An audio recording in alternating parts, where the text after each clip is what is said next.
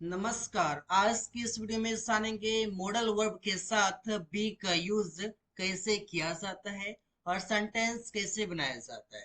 तो चलिए शुरू करते हैं। सबसे पहले यूज ऑफ कैन बी। और कैन आपका एक मॉडल वर्ब है जिसके साथ ऐड किया हुआ है बी, जिसका मीनिंग है किया जा सकता है, कोई काम किया जा सकता है किसी के द्वारा। जैसे कि आप इसका फॉर्मूला लगाते हैं, सबसे पहले ऑब्जेक्ट कैन बी, वर्ब का थर्ड फॉर्म प्लस ऑब्जेक्ट होगा। एग्जाम्पल है यह काम सुबह तक किया जा सकता है, तो सेंटेंस बनेगा this work can be done till morning. Till morning का मतलब है सुबह तक। This work can be done, यह काम किया जा सकता है। अंग्रेजी बोला जा सकता है, तो सेंटेंस बनेगा इंग्लिश कैन बी स्पोकन। यहाँ पर स्पोकन जो लिखा हुआ है ये आपका वर्ब का थर्ड फॉर्म है, जैसा कि यहाँ पर आपका डन लिखा हुआ है। तो आप यहाँ पर देख पाने के सबसे पहले आपका नाउन या प्रोनाउन है, फिर आपका कैन बी, इसके बाद आपका वर्ब का थर्ड फॉर्म है। तो ऐसा आप सेंटेंसेस कई सारे बना सकते हैं and you can practice. May be का मतलब है कोई काम किया जा सकता है, लेकिन इसका हम प्रयोग करते हैं संभावना बताने के लिए। जहां पर हम कोई भी काम बोलते हैं, कोई भी बातें करते हैं, उसमें संभावना की बातें हो, उसमें हम मे बी का यूज करेंगे। इसका फॉर्मूला होगा सबसे पहले object plus may be plus verb का third form plus other word हो जाएगा। एग्जाम्पल है कि उसे पीटा जा सकता है, तो पीटा जा सकता है जो भी काम होगा उसमें हम बता रहे हैं कि वो काम संभावना है कि ऐसा हो सकता है, ऐसा किया जा सकता है। तो सेंटेंस बनेगा ही मे बी बीटन, उसे पीटा जा सकता है। यहाँ पर ही आपका हो जाएगा ऑब्जेक्ट, क्योंकि पिटाई जो खाएगा ही खाएगा, मतलब कि एक्शन का रिसीवर है, और एक्शन का जो रिसीवर होता है वो सेंटेंस में ऑब्जेक्ट होता है।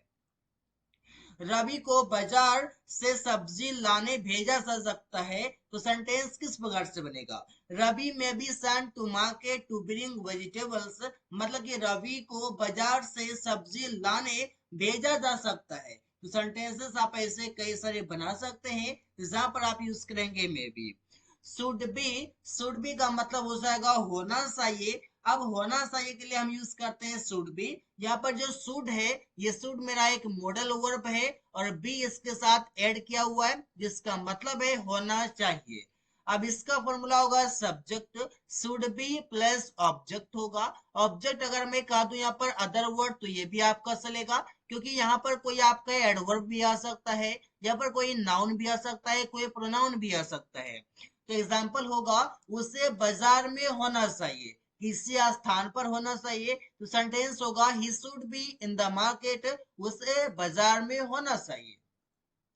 प्रिया को अभी रसोई में होना चाहिए, तो सेंटेंस होगा Priya should be in the kitchen now. Priya should be in the kitchen now, that means कि प्रिया को अभी रसोई में होना चाहिए। तो ऐसे हम सेंटेंसेस कई सारे बना सकते हैं जहां पर हम यूज करेंगे शुड बी होना चाहिए के लिए। यह गली सजाया जाना चाहिए, कोई काम किया जाना चाहिए, इस सेंस में भी हम यूज करते हैं शुड बी को। जैसे कि this street should be decorated, यह गली सजाया जाना चाहिए, कोई काम किया जाना चाहिए, उस सेंस में भी हम शुड बी के साथ वर्ब का थर्ड फॉर्म लगाकर यूज करते हैं। वुड बी का मतलब हो जाएगा रहा होगा, कोई काम कर रहा होगा। लेकिन यहाँ पर जो हम बातें करते हैं, रहा होगा मतलब संभावना की बातें करते हैं, और वो संभावना आपका होता है प्रेजेंट टाइम में, बल्कि वर्तमान समय में आपका कोई काम होता है जिसमें आप बताते हैं संभावना कि आप उसमें एक्यूरेट नहीं रहते हैं, लेकिन फिर भी आप उसे बोलते कि ऐसा काम कर रहा होगा। क्या कर रहा होगा, एग्जाम्पल से आप समझ पाएंगे।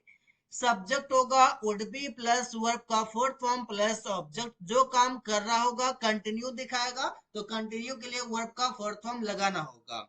एग्जाम्पल है वो क्रिकेट खेल रहा होगा। अब क्रिकेट खेल रहा होगा तो कब खेल रहा होगा? प्रेजेंट टाइम में। आप बोलते हैं कि रमेश अभी क्रिकेट खेल रहा होगा, ऐसे भी तो आप बोलते हैं रहा होगा, लगता तो है कि फ्यूचर का है, लेकिन यहाँ पर हम संभावना की बातें करते हैं तो वुड बी के साथ यूज कर सकते हैं। तो सेंटेंस होगा he would be playing cricket, वो क्रिकेट खेल रहा होगा। वे लोग अभी सो रहे होंगे, तो प्रेजेंट टाइम की बातें करते हैं, तो सेंटेंस होगा they would be sleeping now, वे लोग अभी सो रहे होंगे। तो सेंटेंसेस हम इससे बना सकते हैं कि दे would be sleeping now, he would be playing cricket. ऐसे कई सारे सेंटेंसेस हैं जहां पर हम बना सकते हैं।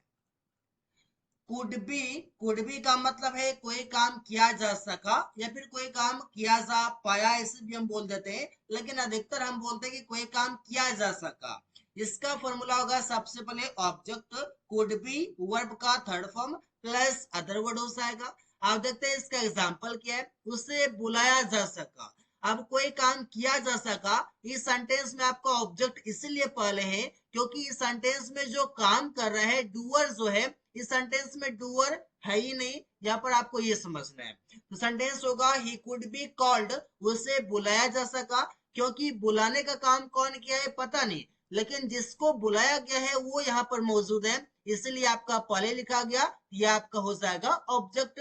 लेकिन स्थान जो है इसका सब्जेक्ट का ही है और प्रोनाउन है तो सब्जेक्टिव केस में ही लिखा गया है। वो कमरा साफ किया जा सका, कोई काम किया जा सका, उसके लिए हम बोलते हैं that room could be cleaned, वो कमरा साफ किया जा सका। इसी प्रकार से है मेरे पास माइट बी, और माइट बी का मतलब होता है हो सकता है। हो सकता है के सेंस में हम माइट भी यूज करते हैं, लेकिन इसके साथ हम शायद भी लगाते हैं। शायद इसलिए लगाते हैं क्योंकि कोई काम होने का जो चांस है उसका बहुत कम होता है, लेस पॉसिबिलिटी होता है, इसलिए आपका पॉसिबिलिटी के लिए यूज होता है, मतलब संभावना के लिए होता है, लेकिन इसमें आपका लेस पॉसिबिलिटी होता है, इसलिए आप माइट भी लगाते हैं। Subject might be plus other word होगा, जैसे शायद आज बारिश हो सकती है। अब बारिश हो सकती है, अब इसमें कंफर्म नहीं है, हो सकती नहीं हो सकती है, लेकिन यहाँ पर संभावना है ऐसा। तो आप समझ सकते हैं सेंटेंस होगा इट माइट रेन टुडे। यहाँ पर आपका बी नहीं लगेगा, इट माइट रेन टुडे, आज बारिश हो सकती है। शायद भी लगाते हैं क्योंकि हो सकती है नहीं हो सकती है, कंफर्म नहीं है, श्योरिटी बहुत कम है। इसी प्रकार से वो शायद आज बेचा जा सकता है, बल्कि यह या वो बोल सकते हैं, यहाँ पर कोई चीजों की बातें हो रही है, तो सेंटेंस होगा it might be sold today, it might be sold today, यह शायद आज बेचा जा सकता है। कोई काम किया जा सकता है लेकिन वो काम होने की चांसेस बहुत कम होते हैं। विल बी का मतलब होगा कोई काम किया जाएगा, किसी के द्वारा किया जाएगा। Object plus will be plus verb का third form plus other word हो जाएगा। एग्जाम्पल है इस पर से, रोहित को आज पैसे दिया जाएगा, तो सेंटेंस बनेगा Rohit will be given money today.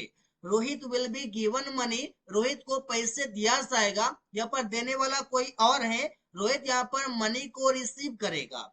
इस पर समझ सकते हैं, यहाँ पर आज आपका टाइम लिखा हुआ जिसके लिए हम लास्ट में लिख सकते हैं टुडे। इस बार से आज पत्र जमा किया जाएगा, कोई काम किया जाएगा, इसके लिए हम लगाएंगे सेंटेंस होगा the letter will be submitted today. The letter will be submitted today, आज पत्र जमा किया जाएगा। इसी बार से है यूज्ड टू बी, इसका मतलब होगा हुआ करता था, कोई चीज हुआ करता था पास्ट टाइम में, ऐसा आप बताते हैं। इसका होगा subject used to be plus other word होगा। एग्जाम्पल इस पर से कि वो अच्छा खिलाड़ी हुआ करता था। अब अच्छा खिलाड़ी हुआ करता था, यहाँ पर खिलाड़ी के लिए आप लिखेंगे प्लेयर। सेंटेंस आपका बनेगा he used to be a good player, एक अच्छा खिलाड़ी मतलब अ गुड प्लेयर, ऐसा आप समझ सकते हैं।